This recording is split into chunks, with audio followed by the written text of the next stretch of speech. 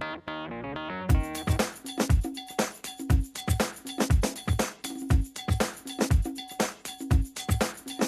guys, how you doing? This is Isamu here, and I got Paul. What's up, How you Paul? doing, brother? All right, man. One of the things I had, since we're starting the show out, and one of the things I had on my mind was, or maybe a lot of people have been seeing this, is a lot of the unemployment benefits are going to be taken away pretty soon. I think it's, if you've had it more than 26 weeks, that they're going to cut it off. And it's really hard. If you, especially you were saying, if you put into the system, which you do through your Yeah, taxes, right. and you're hoping to get some kind of relief, and when you're out of a job, whether it's That's right. because a job closed down, not of right. any of your doing, or maybe you were fired, or whatever Yeah, it was, That's right. or I don't know if you can collect it if you're fired, but if something happens, I'm not quite sure how that goes, but the fact that you're not able to get unemployment benefits, that's going to hurt a lot of people. They're Yeah. talking about over 1 million people or something like that. Wow. And especially now, brother, with things that are happening now, it's real tough to make ends meet out there. That's And right. and let's say you had a job that you've Yeah. been working for years and That's years right. and years, and then you had to go on unemployment, and then you just couldn't find the job, that you were accustomed That's to right. working at. That's right. And sure, some people say, well, you can retrain yourself. Well, that takes time too to retrain right. yourself. And That's right. I don't know if you're young and stuff like that, you can probably do that really well. It's real easy to bounce back like that. Well, and you might say, well, if you're older too, you should be able to do that. Well, there's different things that come into that dynamics. But what I'm trying to get at is that I don't think it's fair for those people that are put into the system for a That's long, many, many years, right. for them to have the rug pulled right out from That's underneath right. them.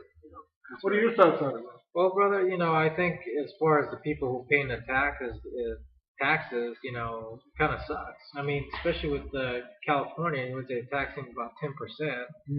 So you're basically working at a job and you're paying all your taxes. You're not making anything. And now they want to, if you've been fired or let go, a lot of people have been let go from their job, and they're still trying to find work. And a lot of people I talk to, they're having a hard time looking for work. Or like if you do find a job, it's like you're going to have to get multiple part-time jobs. Exactly. That's another thing comes into effect, brother. That's right.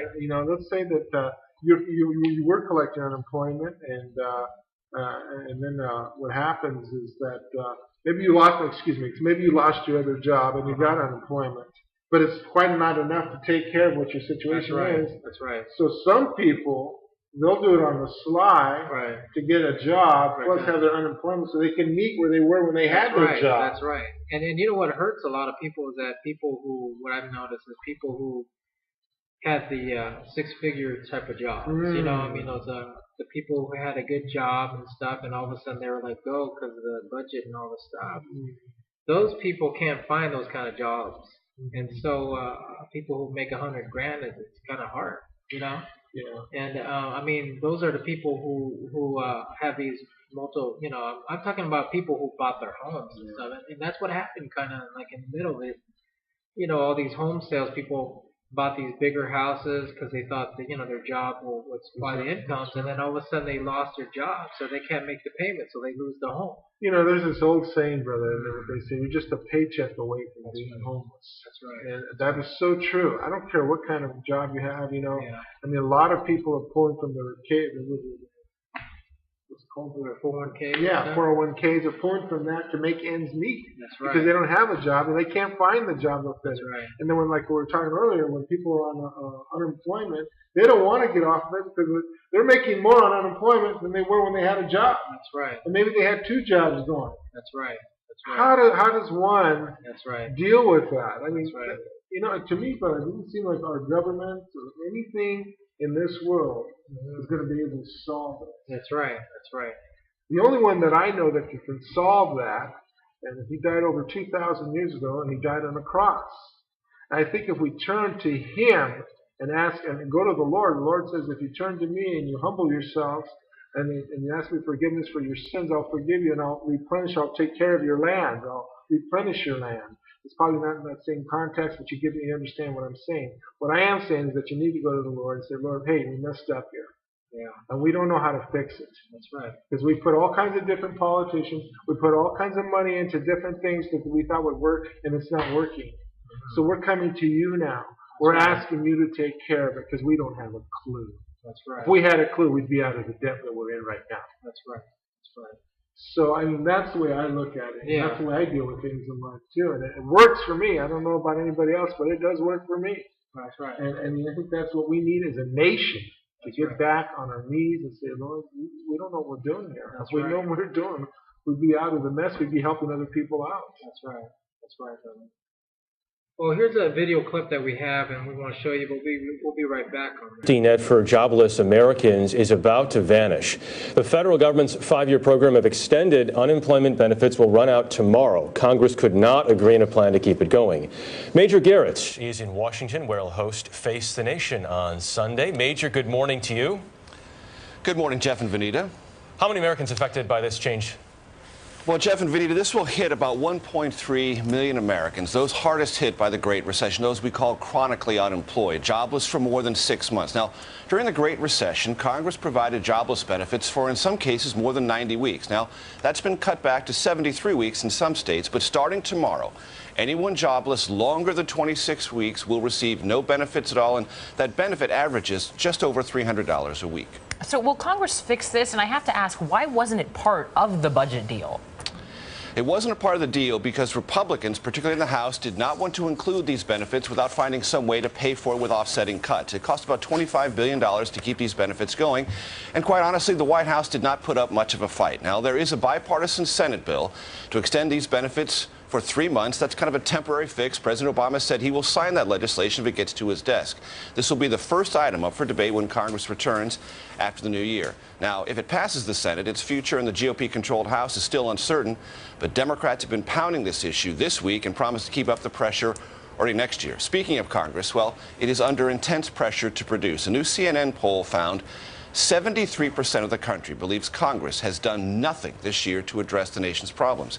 2/3 of those surveyed say this Congress, which is on pace to be the least productive in 4 decades, is the worst Congress in their lifetime. Well, there's that video on that job thing, but then you sent me another article too, brother, about the retirement. Well, yeah, the retirement is the older people, I guess, their latter years are ready to retire. They're seeing it slip away from them. Everything, you know, like their money that they put into, like in their health or their program, or care, or 401ks, and different things, life insurances, and other companies going out of business, this kind of thing, and they're losing their money. You know, that's right. if you're somebody over 65, and they, God forbid, and you don't maybe have money tucked away or something, that's a little right. bit, that's right. but something happens to you, like maybe you tear up your leg, or you know some kind of disease. That's right. You're put in the hospital. It's gone within days or months. Right. You know, right. What do you have to be back on this? A person like that would be on the streets. That's right. That's right. And if you're young, you say, well, that's their problem. But one day you're going to get old too. That's right. And when that happens to you, would you like a young person saying to you, well, that's their problem? You got to think of that. You got to look at the long term of things, not just for yourself, but for others out there, especially the older people. I mean, I think, the Lord's put on my heart. I have a father that's older, and he says, I want you to take care of him. I go, Lord, I'm doing the best I can. Yeah, I know you are doing your best, but I just want you to keep an eye out for him. And I understand what he means by that. I think we got to do that with older people. Can't look at them as a hindrance to you, but look at them, hey, there's somewhere to teach you some things in life that you didn't know. And young people out there, I remember one time thinking to my why is my dad always telling me this all the time, and this and that? And now that I'm older, I understand what he was trying to get across. He was trying to help me so I wouldn't go into those pitfalls that he encountered when he was young. And it's hard to do that when you're young, because you're running this way and you want to do this and do that. It makes it real difficult sometimes. But I think what we need to do, to get back to the point here, is to watch over our situation with the elders, with the retirement funds. I think we need to get something implemented where it's going to help out the poor later on. That's right. So they won't feel like they're a burden to the children. That's right. And I know a lot of elders do feel that way. They feel like they're a burden to their children. They don't want to ask them for things because they think that the children will yell at them or abuse them in some way. Well, brother, I think the bottom line with this coming in, I think it's going to hit everybody pretty much. And I think, because you've heard people are still talking about financial collapse. Remember, you talked about it a while back too and stuff. So it's like obviously, we can't trust the government. We can't trust because we don't know, and it's almost like you want to just take your money out and hide it under a pillow, because you never know if you're going to get it back. Well, me and you were talking about this. It doesn't matter who's the president right now. That's right. Whether it be the person of the last presidency or the one before that and the one right. before that. It doesn't matter who you have right there right now. You know why? Because they don't know how to fix it. That's right. If they knew how to fix it, we wouldn't be in this mess we're in right now. Yeah. Think about it. Oh, you say, well, there's entitlement programs. Hey, these entitlement programs have been way back before I was even born. That's right. Come on now. I mean, it's not just from one administration. Sure, the administration that we have right now, might be the best, it might be the lousiest in your head, but, it's not working. It wasn't working before, and it wasn't working before that. That's right. And we're still in the same mess. That's right. I think the only way we can get out of the mess is not worry about what we have there. We can pray for our leaders and pray that God makes them wise and gives them wisdom. But I think what we need to pray for is say, Lord, forgive us as a nation. Forgive us as a nation. We humble ourselves and we ask for help here because we need it bad. Yeah. And I think, brother, I have a feeling in my spirit, I think so many people, we've talked about being prepared, and I think so many people, if you do have some cash, take some cash out and just, put some cash in your house or something, so you have in case the banks, collapse. If they do, and try to have smaller bills. Yeah, small denominations. That's right. Don't have like large bills. No. You don't want to trade on small bills. Not only that, it'll be hard to break down that $1,000 bill or $500 or $100 bill or whatever. Or even a 20. Yeah, it'd be hard to break down a 20 if it's going to happen. So I think so, brother. I think it's just narrowing down, and we're going to hit down to a new currency if that happens too. Definitely. I think we're right on the verge of seeing that happen. Yeah, the new world order. I think that's coming into. That's right. I think it's already here. It's just not talked about. That's right. And it's no longer a conspiracy. It's just reality. That's right. It's a reality. We're all worried about the new world orders. The new world's coming, and the new world order is coming. We're all worried about it. We've been saying this for the last 10 years. That's what I hear. Well, that's why me and my brother told you earlier. You can save water or some kind of dry food or small denominations of money. That's right. Whatever you can do to make it easier if you want to, excuse the expression, shit hits the fan, you're going to be able to grab water, food, money, whatever you need. Start saving a little bit at a time so when that happens, you're not going to be sitting there with egg all over your face. That's right. That's right. Yeah, these steps definitely need to be taken, especially before these things happen. I know myself. I've used a lot of that supplies.